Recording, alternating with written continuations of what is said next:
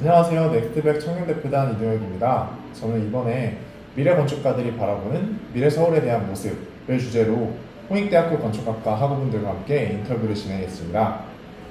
서울을 사이트로 한 프로젝트에 대한 소개, 미래 서울에 바라는 점, 서울의 건축적 미래에 대한 이야기들까지 다양한 인사이트들을 얻어볼 수 있을 겁니다. 그럼 지금 바로 만나보러 가보시죠.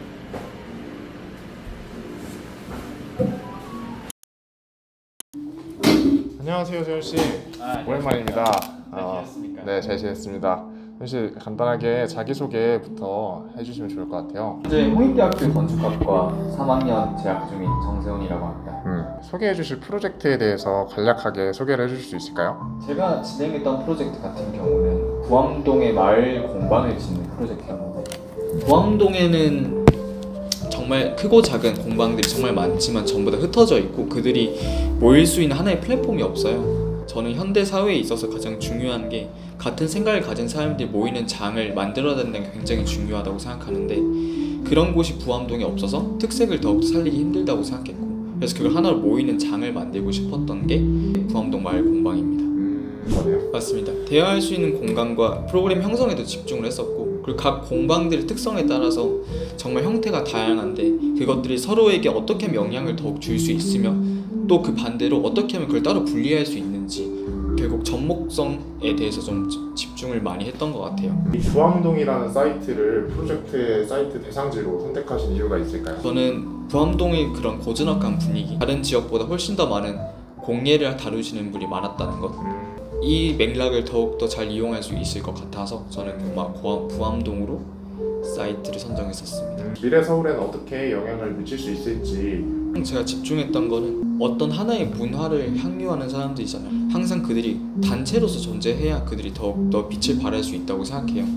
그래서 저는 그들이 모이는 장소를 만들었고, 앞으로 그런 문화의 크기에 상관없이 모든 사람이 한 곳씩 그들만의 문화를 향유하는 장소가 되게 많이 생길 거라고 생각하고, 더욱더 파편화되어 있지만 그들이 더욱더 모일 수 있는 장소들이 나올 수 있을 거라고 생각해요. 파편화되어 있지만 어떻게 보면 같이 모여 있을 수 있는 공간이 나올 수 있게 될 것이다. 가장 작은 바운드리는 개인이 있고, 그 개인을 포괄하는 하나의 공간이 있고, 그리고 그 공간들을 또 포괄하는 더 큰 공간이 있는 거죠. 그렇게 되면 정말 서울의 미래 모습이 달라질 수 있겠네요. 미래 서울의 모습에서 가장 중요하게 여겨져야 할 요소가 무엇이라고 생각하시는지? 아까 맥락에서 다시 이어갈 수 있을 것 같은데, 저는 다양성이거든요.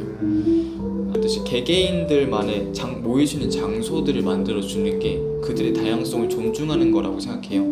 그들의 다양성을 존중해 줄 수 있는 장소들이 생기기 시작한다면 사람들은 그 장소에 대해서 궁금해져서 가보기 시작할 거예요. 접근하기 시작할 거고, 그러면 점점 더 연결되는 게 만들어질 거라고 생각해요.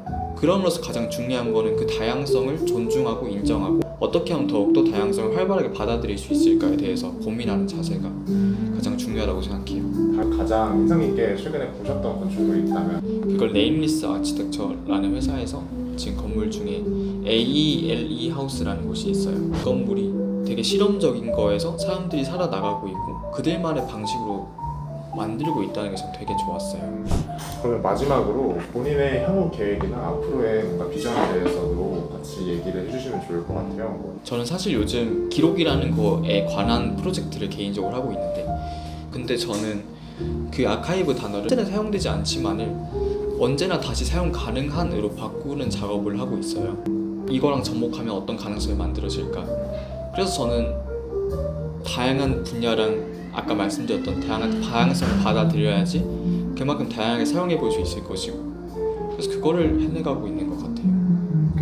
세훈 씨가 생각하는 앞으로의 서울의 모습 간단하게 말씀해 주시면 감사하겠습니다. 저는 미래의 서울이 다양성을 받아들일 수 있는 하나의 사회가 되었으면 해요. 다양성을 받아들여야 그들 간에서 새로운 가능성이 발견되거든요. 그러려면 그 전에 질문하는 사회가 되어야 된다고 생각해요. 현재 사회는 되게 혐오가 만연하거든요. 그 혐오를 없애기 위해서는 본인이 가지고 있는 궁금증을 바로 실화한다로 바꾸는 게 아니라 궁금증을 남들한테 표현만 하면 돼요. 당신은 왜 이렇게 일을 했나요? 당신은 왜 이런 일을 하나요? 저는 그런 질문만으로도 그런 다양성을 받아들이고 또 다른 가능성을 만들어낼 수 있는 사회로 만들 수 있다고 생각합니다. 네, 세훈 씨 답변 감사합니다. 네, 안녕하세요. 백규 씨. 반갑습니다. 안녕하세요. 반갑습니다. 간단하게 자기소개 해주시면 좋을 것 같아요. 네, 저는 홍익대학교 4학년 재학 중인 최백규라고 합니다. 네, 지금 진행 중인 소개 프로젝트에 대해서 간단하게 소개해 주실 수 있을까요? 지금 진행 중인 프로젝트는 숨는 부흥주택이라고 사람들에게 이제 전후에 주거를 보급하기 위해서 대량으로 개발되었던 주택지역이었는데, 이 주거지역이 시간이 지나면서 사람들이 점점 불법적으로 개중축을 했어요. 이게 만약에 아파트로서 재개발이 아니라 다른 방식으로 재개발이 될 수 있지 않을까라는 생각으로 그런 설계를 한번 진행해 봤습니다. 그러면은 청량리에 있는 그런 주택들을 조금 아파트와는 다른 모습으로 재개발을 하려고 하셨다. 그러면 이 프로젝트 진행하면서 가장 주요하게 생각했던 목표나 의도가 있을까요? 제가 생각했던 것 중에 주요한 개념은 기존의 아파트들은 되게 갇혀있고 소통이 단절되어 있는 듯한 모습이고, 반면에 이런 것들을 다 부수고 새로 짓는 것이 아니라 옛날 흔적들을 남겨놓고서 저층 저밀이면서 그러면서 또 효율적으로 할 수 있는 방법이 뭐가 될까가 가장 중요한 목표였던 것 같습니다. 네, 말씀 감사합니다. 그렇다면 이런 본인의 진행하신 이 청량리 프로젝트가 미래 서울의 어떻게 모습에 기여할 수 있는지. 제가 서울에서 바꾸고자 하고 싶었던 것들은 서울이 합리성과 경제성으로만 이제 개발이 되다 보니까 단절이라는 게 굉장히 심했다고 생각이 들고, 특히 주거 같은 부분에 있어서는 뉴스에도 나오는 것처럼 막 다른 사람의 아파트에 들어가는 것을 막게 한다던가, 아니면 어린아이가 옆 동네에서 친구랑 놀려고 하는데 아파트를 못 쓰게 한다던가, 그런 모습들이 조금은 없어져야 되지 않을까라고 생각을 했고요. 네네. 그런 면에서 이제 서울이 전체적으로 저층 그리고 연결성이 있지 못하면서 저층 저밀의 형태로 발전되고 싶게 하고 싶었습니다. 저층 고밀의 그런 개발 방식에 영향을 주셨다고 이렇게 말씀을 해주셨는데, 혹시 그렇게 했던 뭔가 설계적인 개념이나 어떤 부분에서 의도했던 방향이 있는지 좀 자세히 설명을 드릴 수 있을까요?